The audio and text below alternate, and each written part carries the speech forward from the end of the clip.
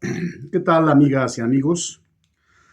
Mi nombre es Agustín de la Rosa Charcas. Hay un tema que desde hace tiempo quería abordar contigo. Me parece que los acontecimientos que han venido suscitándose en las últimas semanas, en los últimos meses, pues tienen, digo yo, una mayor relevancia a este tema. Ya me explicaré y argumentaré por qué.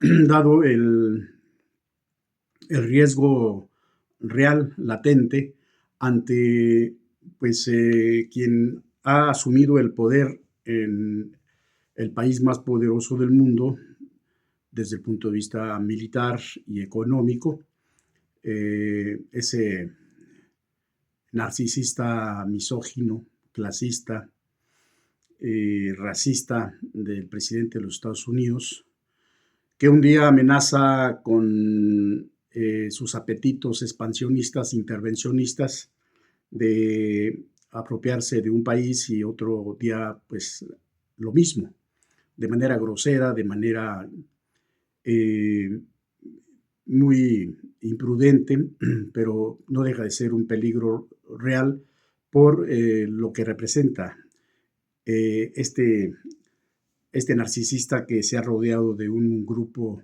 de oligarcas que tienen pues enormes cantidades de dinero y que hacen que esté conformado el gobierno de los Estados Unidos por un grupo plutocrático que pues han manifestado con sus actitudes, con sus desplantes, con sus movimientos corporales, pues una cultura fascista. Son émulos de Hitler, así lo expresan, no lo ocultan, lo dicen y se mueven de manera muy, muy clara. Nuestro país obviamente no ha quedado exento de esas bravatas, de esas amenazas. La digna postura de nuestra presidenta ha sido una postura digna de alguien que tiene y que se siente y se sabe con el respaldo de la inmensa mayoría del pueblo de México y que sabe bien también que ha sido expresado un respaldo muy sólido, muy fuerte de los organismos empresariales, del mundo académico, del mundo de la ciencia, del pueblo de México y de los mexicanos y mexicanas que están laborando en los Estados Unidos. Eso da una fortaleza, tal como debe de ser cuando es la primera mujer electa en nuestro país con una votación de casi 36 millones de mexicanas y mexicanos. Esto es la legitimidad y esa es la solvencia moral y ética con la que la doctora cuenta y con la que dignamente nos ha estado representando.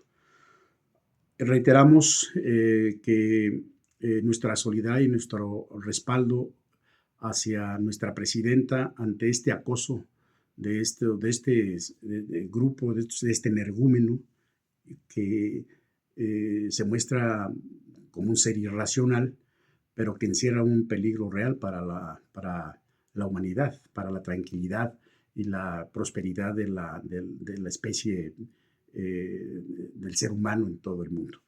Entonces, me parece que también dentro del debate, dentro de la discusión que se ha venido generando, se debe tomar nota porque se está cuestionando desde el extranjero algo que nosotros lo hemos hecho también desde nuestro país, en nuestro derecho constitucional.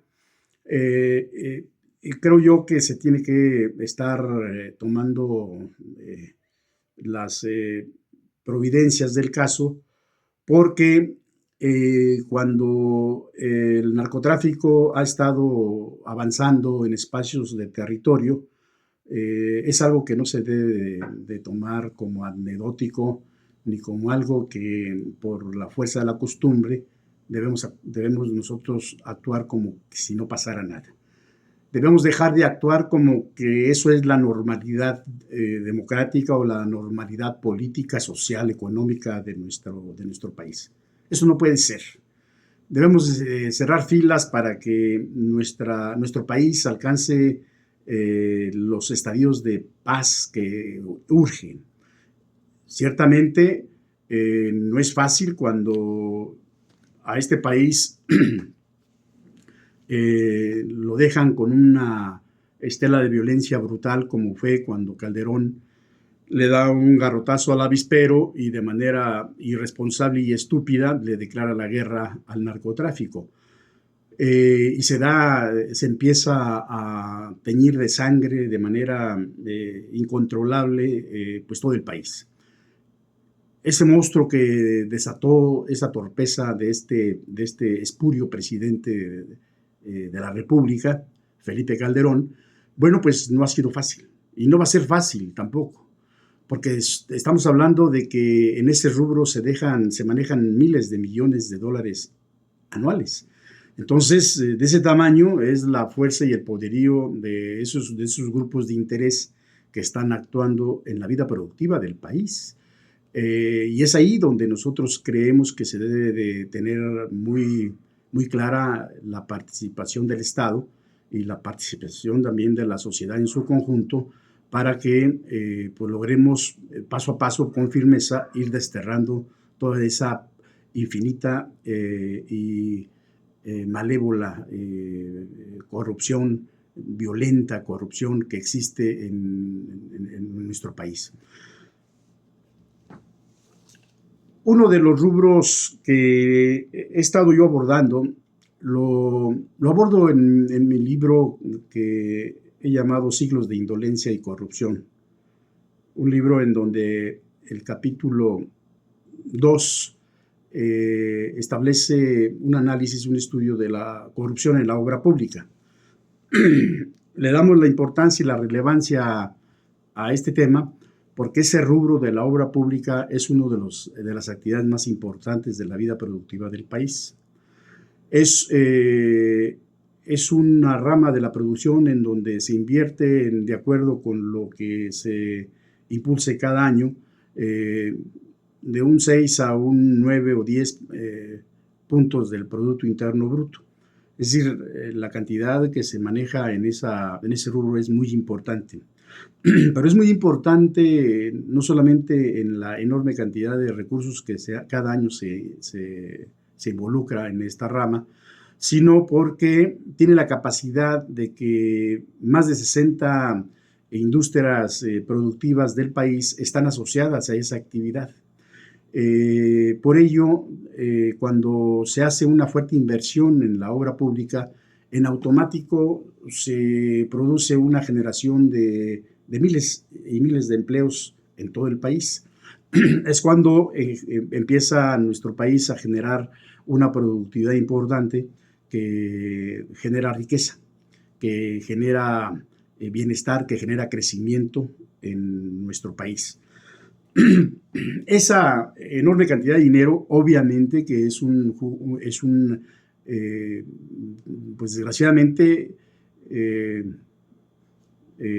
la mayoría de o la gran parte, o si no es que, para no vernos tan pesimistas todos, pero realmente podríamos hablar de nuestro estado,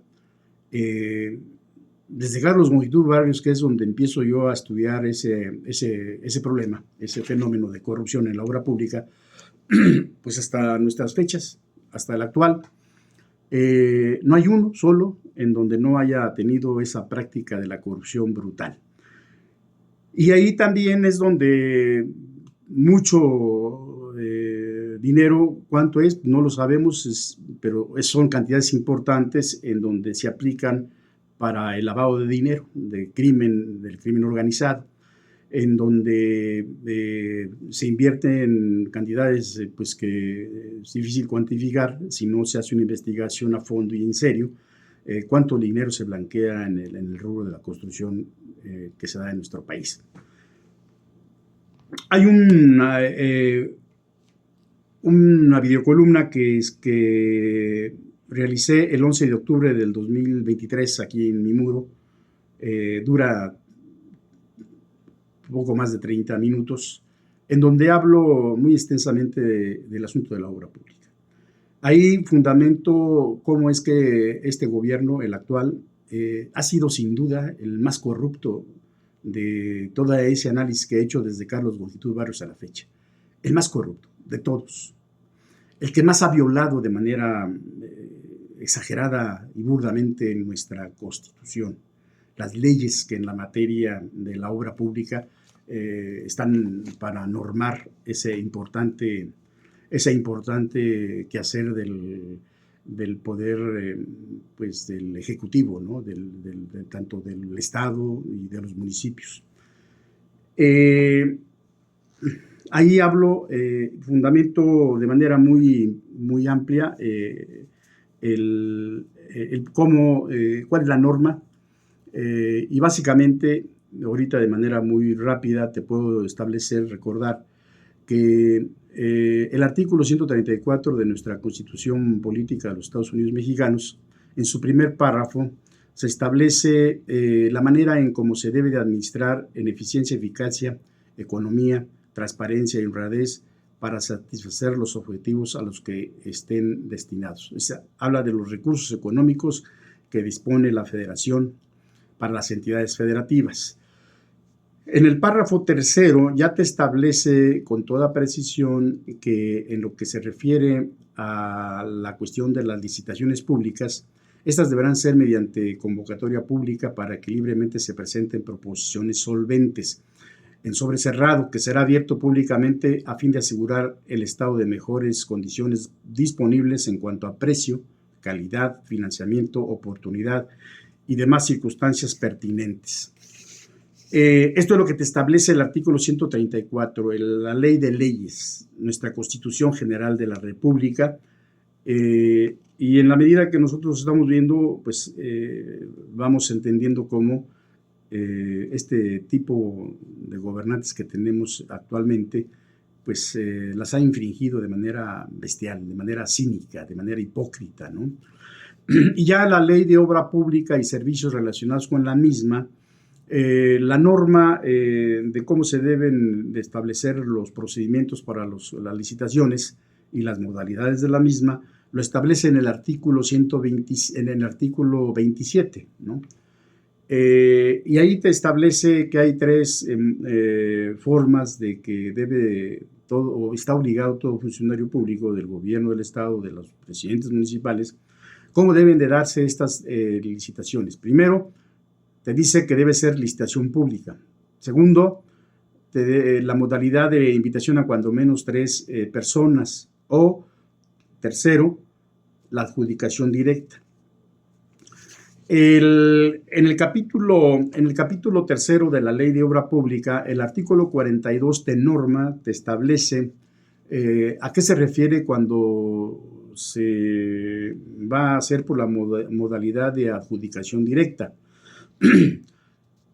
Hay varias acepciones. Una de ellas es cuando el gobierno del Estado, a través del Congreso, la Cámara de Diputados, establecen los montos para esas modalidades. Esto es para que hasta qué monto se pueden otorgar sin concurso, es decir, con adjudicación directa, una obra. Y hasta qué monto, de qué monto a qué monto se da el parámetro de la invitación a cuando menos 3 contratistas o 3 empresas. Y la tercera es cuando rebase ese monto, ya se da por invitación pública, nacional o internacional. En el caso del artículo 42 que te comento, te establece otras excepciones para la asignación, la adjudicación de obras, ¿no? Por ejemplo, el contrato se puede otorgar sin necesidad de concurso a aquella empresa o a aquella persona que muestre, que acredite un invento, una patente. Cuando alguien trae esa innovación tecnológica en el proceso de la construcción, pues se le pueden otorgar contratos por el monto que sea. Eso te lo establece el artículo 42 en su fracción primera.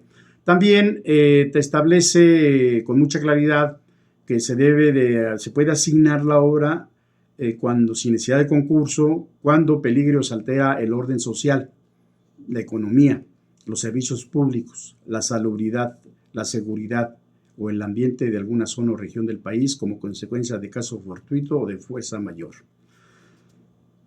El tercero te establece que existan circunstancias que puedan provocar pérdidas o costos adicionales importantes debidamente justificados. Y el cuarto, que se realicen con fines exclusivamente militares o para la Armada, o su contratación mediante licitación pública ponga en riesgo la seguridad nacional o la seguridad pública en los términos de las leyes de la materia. Ese es el marco legal. Y nosotros en el análisis que hemos estado haciendo y que hemos denunciado, hemos demostrado, no solamente nosotros, hay otros, algunos periodistas que han estado dejando testimonio, acreditando con datos duros, cómo el actual gobierno no solamente no ha respetado la ley, sino que ha estado abusando de manera brutal del dinero como si fuera de su propiedad. Se siente dueño de los recursos, pisotea las leyes, pero en términos simples y llanos, nos está robando el dinero de todos, del tuyo, mío, de todos nosotros. Se los está robando con alevosía y ventaja, ¿no? Premeditación, alevosía y ventaja. Y eso es un hecho que nosotros no podemos seguir manifestando como que si no pasara nada. En ese video que te recomiendo, si te interesa, y también si te interesa analizar la investigación que hemos desarrollado en ese libro de Siglos de Indolencia y Corrupción, lo tenemos a la venta ahí en la Plaza de Armas, en los puestos, en el segundo puesto que está ahí en los arcos. Si te interesa que veas ahí de lo que hablamos con profundidad sobre el asunto de la obra pública y también sobre la cuestión de las inundaciones en nuestro Valle de San Luis y sobre tópicos políticos que hemos establecido en un debate permanente desde hace ya algunos años. Bueno, en ese hablábamos nosotros de hechos muy concretos. Hablábamos de un conjunto de obras que se licitaron en un día. Los analizamos esos concursos de los que nosotros hablamos, 5 contratos en especial. Y el análisis que te hago de uno de ellos se refiere a la rehabilitación de la avenida Fray Diego de la Magdalena, tramo de la calle Rivera a Entronque a Periférico, en el kilómetro 3 más 580 al 4 más 550.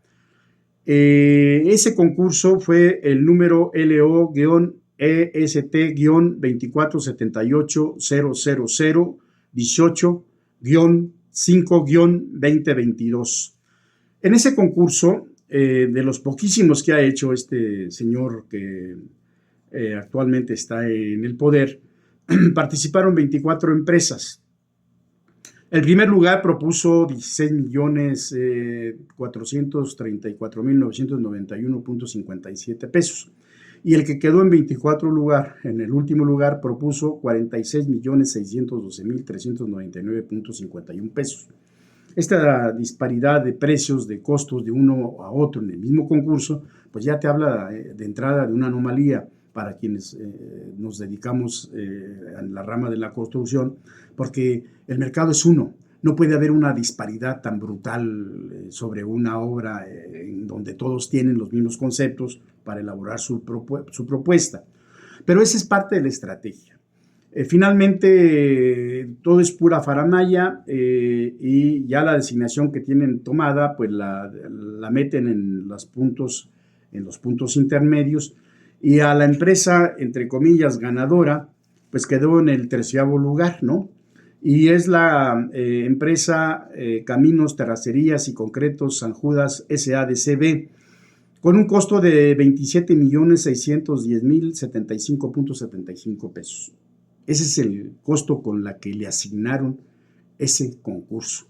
Nosotros hicimos un análisis, un costo, diríamos un costo real de la obra, y esa obra no pudo andar más allá de 20.45 millones de pesos.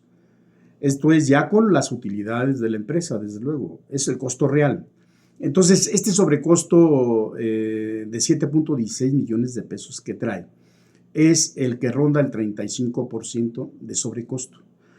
Y eso es lo que es vox populi entre los constructores aquí en San Luis Potosí, que pues estos tipos corruptos en las poquísimas obras que concursan traen un sobrecosto del 30-35%. Nosotros aquí lo estamos demostrando, ¿no? Ese mismo día, el 1 de junio del 2022, le fueron asignadas al mismo contratista que acabo de mencionar 5 contratos con un total de 132.725.986.39 pesos. El mismo día, a un solo contratista, con el 35% de sobrecosto. Pero el punto aquí es de que esas son las pocas obras que se realizan. Una gran cantidad de las obras que ha ejecutado el gobierno del Estado ha sido a través de las asignaciones directas y con sobrecostos que rebasan 2 o 3 veces el costo real de la obra. Hay denuncias ya que se han hecho, por ejemplo, el periodista Juan José Rodríguez en Pulso, el 1 de agosto del 2024, denuncia que el actual gobierno ha pagado a 622.164 pesos el metro lineal de puentes vehiculares, con un sobrecosto de 2.32 veces de su costo real. Otro ejemplo que plantea. En septiembre del 2022, el gobierno estatal, a través de la CEDUBOP, resolvió la licitación número LO-EST-2400018-27-2022, con un costo de 622.664 pesos el metro lineal de puente, construido con un sobrepeso igual de 2.32 veces. Otros ejemplos que escribe en otro artículo del agosto 8 del 2024 en el periódico Pulso. Dice, en el primer tramo de la llamada vía alterna a la zona industrial, la Secretaría de Infraestructura, Comunicaciones y Transportes pagó a 79.809.176 pesos el kilómetro. Y en el segundo segmento, el gobierno del Estado, a través de la CEDUBOP, lo contrató a 257.040.294 pesos el kilómetro. Esto es un sobrecosto de 3.22 veces más. Y esa es la constante. Esas son denuncias públicas que están realizadas, que están acreditadas, y lo que nosotros observamos es que pues no pasa nada.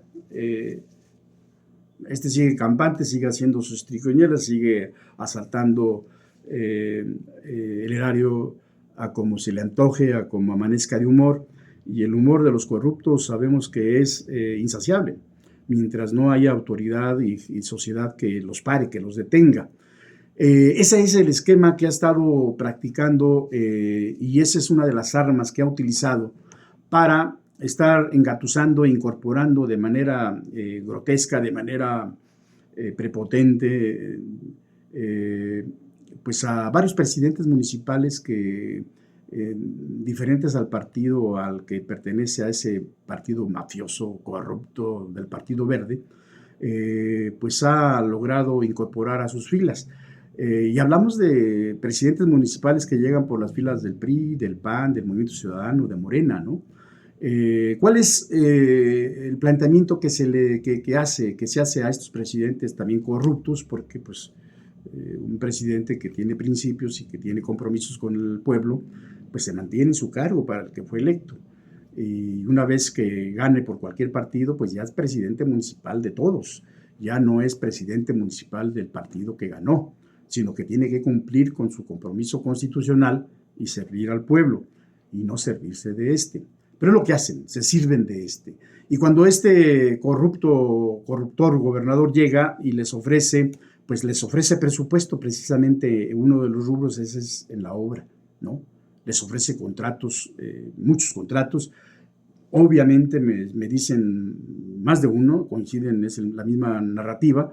La mayoría de esos contratos que se hacen en esos municipios por inversión del Estado, pues los hacen el gobernador, con sus amigos, con sus testaferros y con sobrecostos. También violentando la Constitución, violentando la ley, asignando las obras sin concurso.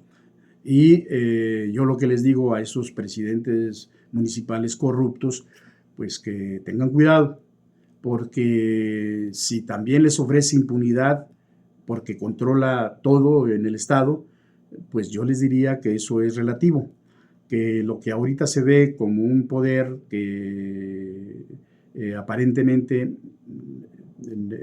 lo sigue manteniendo, yo tengo mis dudas a que lo siga manteniendo después del 2027. Yo les diría que si esos presidentes municipales están cayendo en esa trampa y se están yendo en ese espejismo de que van a contar con la impunidad que hasta hoy en día, desde el 2009, desde el municipio de Soledad de Graciano Sánchez, la mafia de la gallardía la ha mantenido, la ha tenido, esa impunidad que el PRI le ha dado y que ahora, siendo aliado del movimiento de la Cuarta Transformación, ha seguido prevaleciendo esa impunidad. Pues yo diría que eso no va a ser eterno.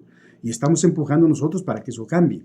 Ese tipo de personajes siniestros, ese tipo de personajes que tienen un vínculo que es de voz populi con gente nada decente, nada pacífico, pues es gente que está en la mira de ese orangután mundial que quiere apoderarse del mundo y que focalizan su vista a perfiles como el que actualmente gobierna el estado de San Luis Potosí. Por ello creo yo que es tiempo de que nosotros, los que estamos dentro del movimiento, empecemos a plantear una y otra vez que es necesario que el movimiento presente en el 2027 a una figura que salga con un fuerte consenso, que se procese de manera democrática, sea el método que sea, si es las encuestas como está establecido, que sea una encuesta que todo el mundo reconozca, pero que sea un perfil plenamente identificado con el movimiento y que tenga en su haber una trayectoria de honradez, una trayectoria de compromiso con los principios de este movimiento. Porque lo que es el actual gobernante es el peor enemigo que tenemos el movimiento, de acuerdo con sus actos que son abrumadoramente corruptos, pendencieros, de un tipo que ha venido a enriquecerse de manera bestial, violentando todo el marco de derecho y creyéndose dueño de nuestro Estado. Y no lo es. Él es un empleado del pueblo de San Luis Potosí y él tendrá que asumir las consecuencias cuando este pueblo entienda que el poder está en cada uno de nosotros. El poder está en la credencial del elector, que el día de la jornada tendríamos que ir a decir ya basta de que nuestro Estado siga siendo gobernado por la corrupción, la violencia y la impunidad. Queremos que nuestro Estado llegue la Cuarta Transformación, queremos que nuestro Estado se implante en los principios del movimiento. Vamos a seguir abundando sobre estos temas. Me parece que tenemos que estar muy atentos porque la belicosidad enfermiza de este dictadorzuelo que pretende adueñarse del planeta, hay días que se percibe que está fuera de control, que está fuera de sí. Fuera irrelevante si habláramos de un personaje que no tuviera el poder que tiene el imperio en términos militares y económicos.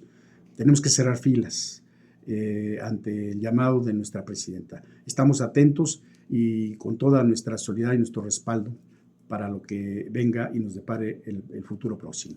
Muchísimas gracias.